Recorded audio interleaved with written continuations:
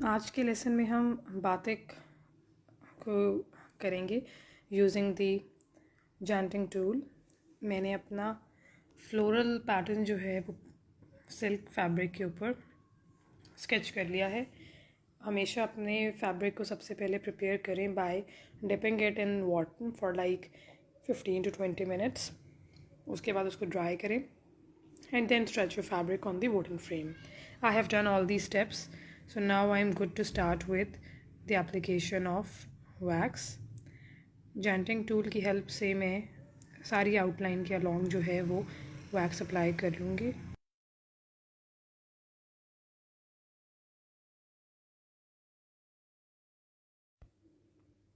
Wax जो है वो हॉट होनी चाहिए। Always keep a wax heater with you, otherwise अगर आप वैक्स हीटर को यूज़ नहीं करें तो फिर you have to keep working near the stove, क्योंकि जैसे ही आप अपने वैक्स को उतारेंगे हीट से तो ये फ़ौरन से थोड़ा सा हार्ड होना शुरू हो जाएगी और जो जेंटिंग टूल के का नोज़ल है वो ब्लॉक हो जाएगा, क्योंकि वैक्स वहीं पर जो है वो हार्ड हो जाएगी और उसका जो होल है उसको स्टक कर देगी।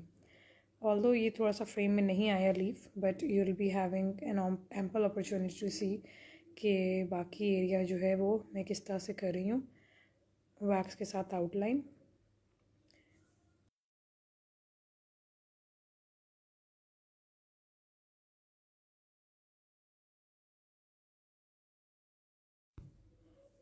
बहुत एफ़र्ट और टायरिंग जॉब है वैक्स की application along the floral. Silk painting जो है वो बहुत ही एक्सटेंसिव वर्क है, क्योंकि आपने सबसे पहले अपना स्केचिंग से लेकर एंड में पेंटिंग तक और फिर उसको आयरनिंग तक फिक्स करने में बहुत टाइम लग जाता है and it takes so many hours to prepare one scarf और दुपट्टा। तो सबसे बेस्ट ये है कि आप अपने हाथ को चलाने के लिए कि आपका हाथ जो है वो चल जाए जैंटिंग टूल के ऊपर और वो सही से जो है आप फ्ला लाइंस के ऊपर कर्व्स के अलॉन्ग जो है वो काम कर सकें, उसके लिए बेस्ट मेथड ये है कि आप पेपर पे कोई फ्लोरल पैटर्न ड्रॉ करें और उस पे उसके अलॉन्ग जो है आप जैंटिंग टूल को यूज़ करते हुए आउटलाइन डिज़ाइन करें। उससे आपका हाथ जो है वो कर्व्स पर जो है वो चल जाता है कि किस तरह से आपने कर्व्स जो हैं वो फैब्रिक पे बनाने हैं। अदरवाइज़ थोड़ा सा हैंड शेकी होता है when you are trying it for the very first time.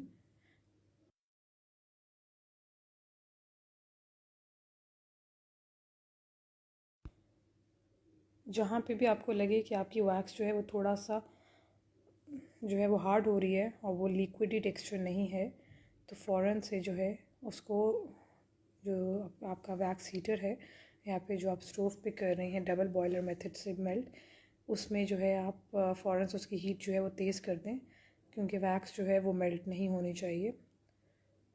So let me complete all this procedure, फिर उसके बाद हम नेक्स्ट स्टेप करते हैं।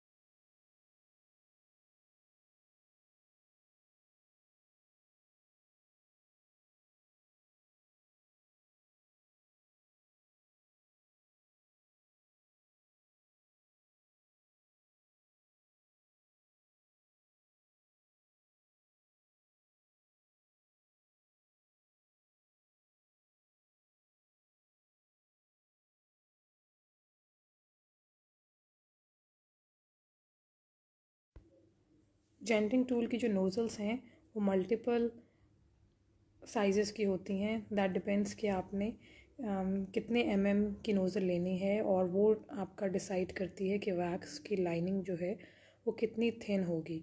अब जहाँ जहाँ पर भी मेरी वैक्स लग रही है बेसिकली उस एरिए में पेंट नहीं जाएगा और जो फैब्रिक का वाइट कलर है वो आउटलाइन मेरी ऑटोमेटिकली अब क्रिएट एक किस्म की हो रही है, क्योंकि जब मैं आयरन करूँगी तो ये जो वैक्स है ये मेल्ट हो जाएगी और जिस एरिया में भी ये लगी होगी उसके नीचे ऑब्वियसली वाइट फैब्रिक है, तो वो वाला वाइट फैब्रिक निकल आएगा।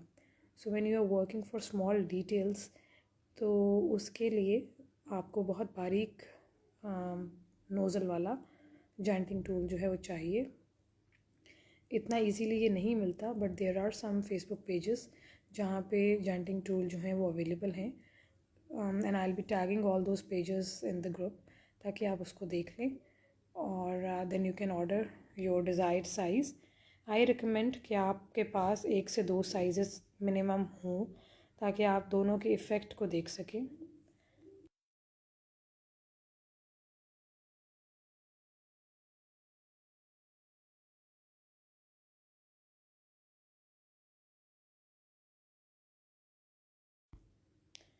As I am done with all the outlining thing, तो अब मैं प्राइमर सेटासिल्क के पेंट्स को यूज़ कर रही हूँ।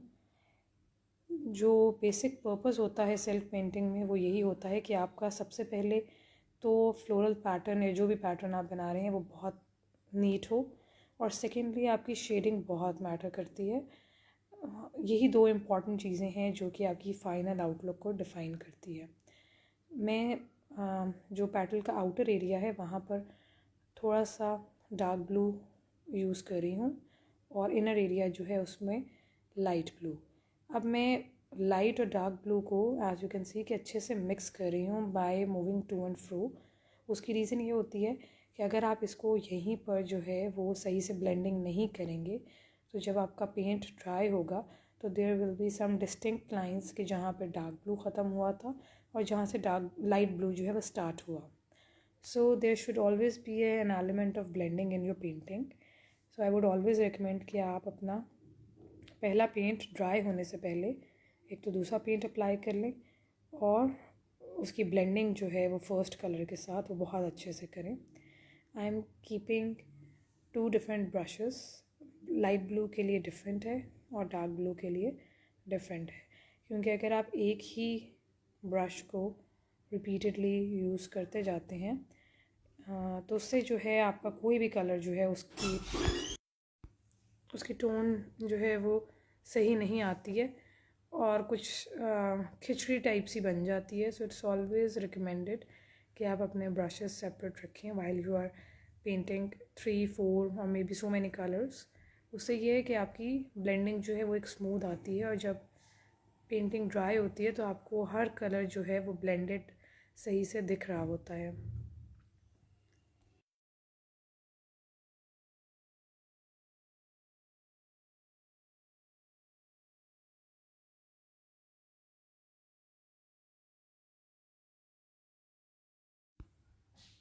सो ऑन द होल मैं जो आउटर कर्व्ड मेरी पेटल्स हैं एज यू कैन सी उनको मैं लाइट शेड में दे रही हूँ with the tint of dark colour, और जो पेटल का इनर एरिया होगा उसको जो है मैं डार्क ब्लू के साथ पेंट कर लूँगी।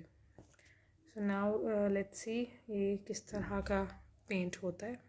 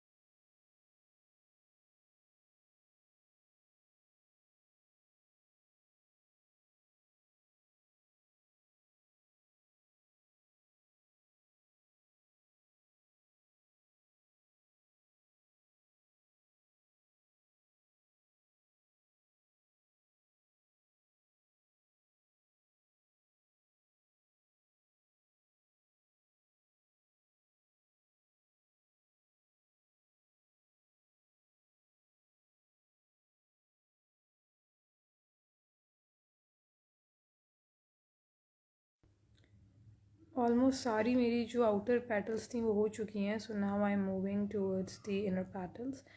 और जो इनर पेटल थी वो मैंने आपको पहले बताया था कि I am going to paint them in dark blue. तो मैं उनको अकॉर्डिंगली डार्क ही पेंट कर रही हूँ with no tint of light blue.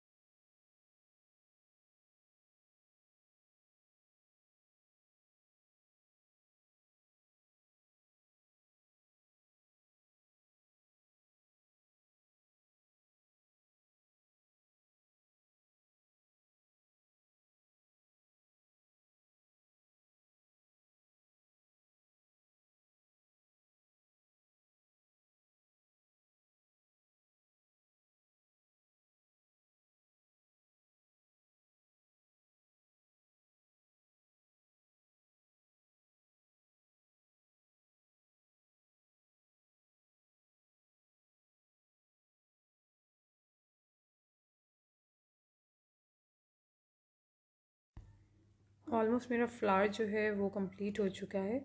अब जो उसका मिडल पार्ट रह गया है इसमें मैं थोड़ा सा येलो और ब्राउन जो है उसका थोड़ा सा टिंट दूंगी.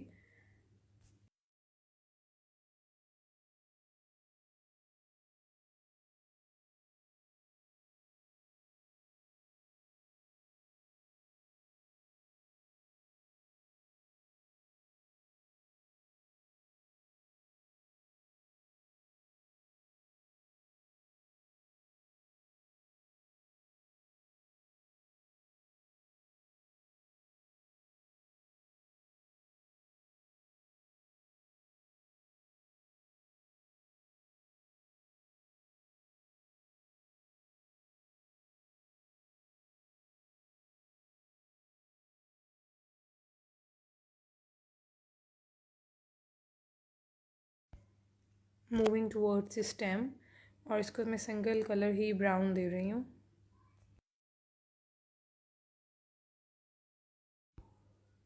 अब मैं लीफ की तरफ जो है पेंट करना स्टार्ट करती हूँ. So I will start painting my leaf in green colour. मुझे फ़ील हो रहा है कि एक ही टोन में कुछ ठीक नहीं लगेगा, तो मैं थोड़ा सा लाइट कलर जो है ग्रीन का वो भी एक बना लेती हूँ, और मैं 2 शेड्स में लीफ को भी पेंट कर लेती हूँ. डार्क ग्रीन अभी मेरा वेट था, तो उसी के साथ मैंने लाइट ग्रीन को भी ब्लेंड कर लिया है. इस पोर्शन में मेरे से मिस्टेकनली वैक्स का एक ड्रॉप गिर गया था, तो यहाँ इसके ऊपर तो पेंट आएगा नहीं. तो इस तरह की सिचुएशन जब बन जाती है तो आपने उस वक्त वैक्स को उतारने की बिल्कुल भी कोशिश नहीं करनी. मैं इसको आयरन करूँगी, और जब आयरन करने के बाद ये मेल्ट हो जाएगा और यहाँ से वाइट एरिया निकल आएगा, तो यहाँ पर बस एक छोटा सा जो है ड्रॉप में पेंट का लगा दूँगी, तो वो जो एक वैक्यूम क्रिएट हुआ था, एक जो स्पेस वाइट क्रिएट हुई थी, वो मेरी इजीली फिल हो जाएगी with just a very tiny drop, ताकि वो स्प्रेड भी ना हो और वो एक ऑड सी लुक ना दे, लीफ से बाहर ना निकल जाए, क्योंकि it is nearly around the edge of the leaf. तो मैं एक छोटा सा ड्रॉप जो है वहाँ पर ऐड इन कर दूँगी to fill up that space.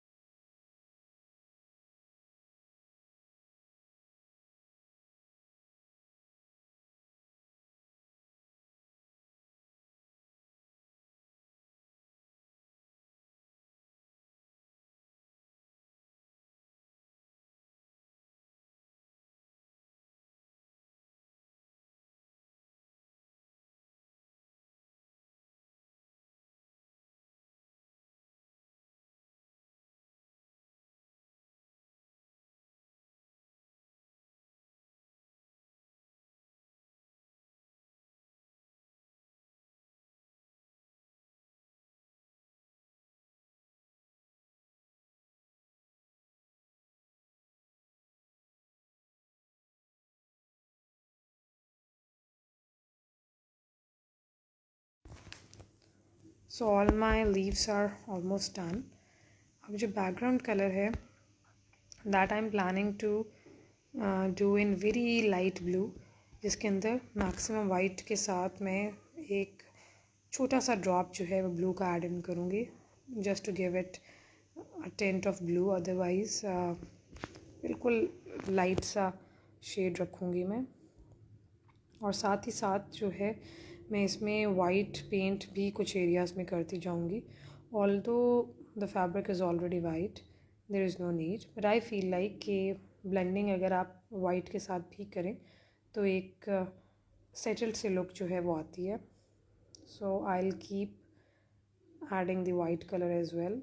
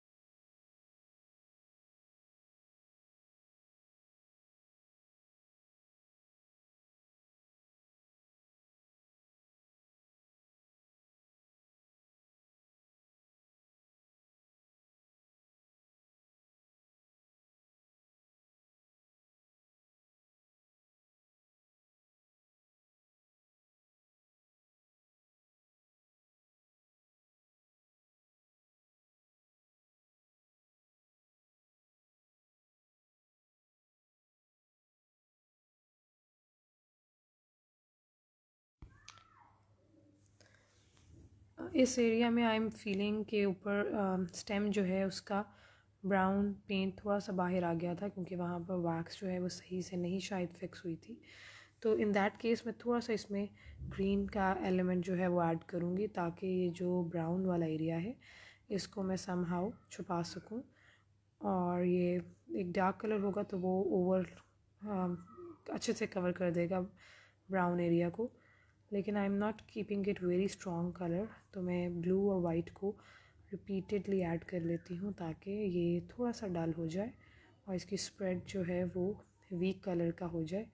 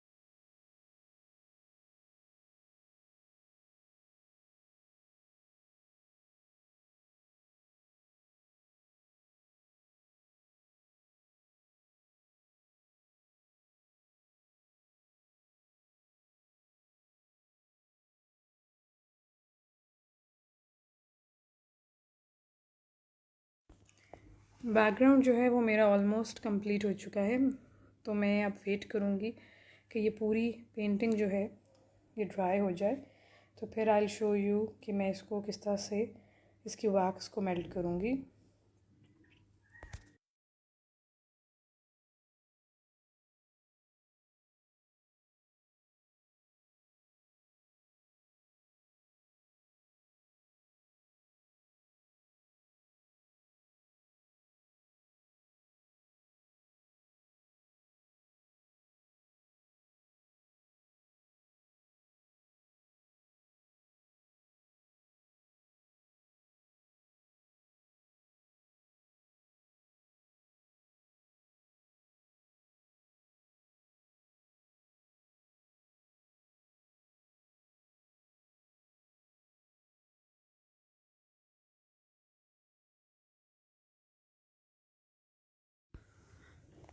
Okay, so my painting is now almost dry. अब जो है मैं इसकी वैक्स को मेल्ट करूँगी, तो I am using a paper. Newspaper को भी यूज़ किया जा सकता है। उसके ऊपर जो है मैंने अपनी पेंटिंग को जो है फिक्स कर दिया है। जितना भी एरिया आपका पेंटिंग का है वो ऊपर और नीचे पेपर से कवर होना इज़ मैंडेटरी, क्योंकि पेपर ही आपकी वैक्स को एब्जॉर्ब करेगा। और अब मैं हीट अपनी सेट करके आयरन की, तो उसके ऊपर मैं एक दफ़ा आयरन को चला दूँगी। थोड़ी सी आपको वैक्स मेल्ट हुई हुई दिख भी रही है, क्योंकि अब paper is a bit wait.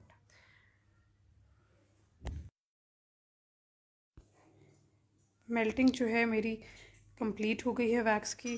कुछ एरियाज़ जो आपके अगर रह जाएं तो आप उनके ऊपर दोबारा से पेपर उस पर्टिकुलर एरिया में रख के एक दफ़ा आयरन को दोबारा से चला सकते हैं। Keep some rough cloth in front of you, ताकि जो जो वैक्स आपकी आयरन को लग रही है आप इमीडिएटली अपनी आयरन को क्लीन कर लें, वरना फिर ये लगी रहेगी तो आपके नेक्स्ट आयरनिंग को डिस्टर्ब करेगी जब आप अपने कपड़ों को इस्त्री करेंगे। So it is very necessary कि आप उसकी क्लीनिंग भी साथ साथ कर लें। I have done with all the procedures. सारा कुछ जो है वो पेपर ने एब्जॉर्ब कर लिया है सारी वैक्स, और जो लीफ पे आपको एक सर्कल नज़र आ रहा है जो कि वैक्स की वजह से अनअटेंडेड रह गया था, तो वहाँ पर बस मैं एक ड्रॉप जो है वो पेंट का लगा के उसको भी फिलअप कर लूँगी।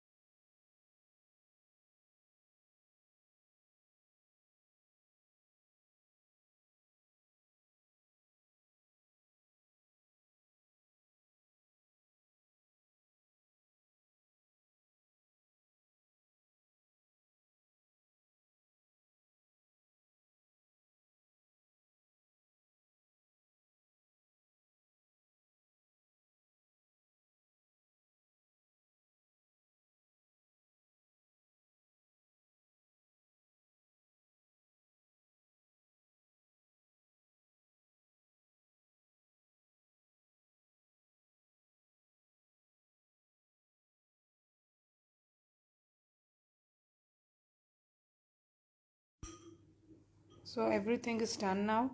Let's see how does it looks like in the end by after melting the wax. So this is my final result.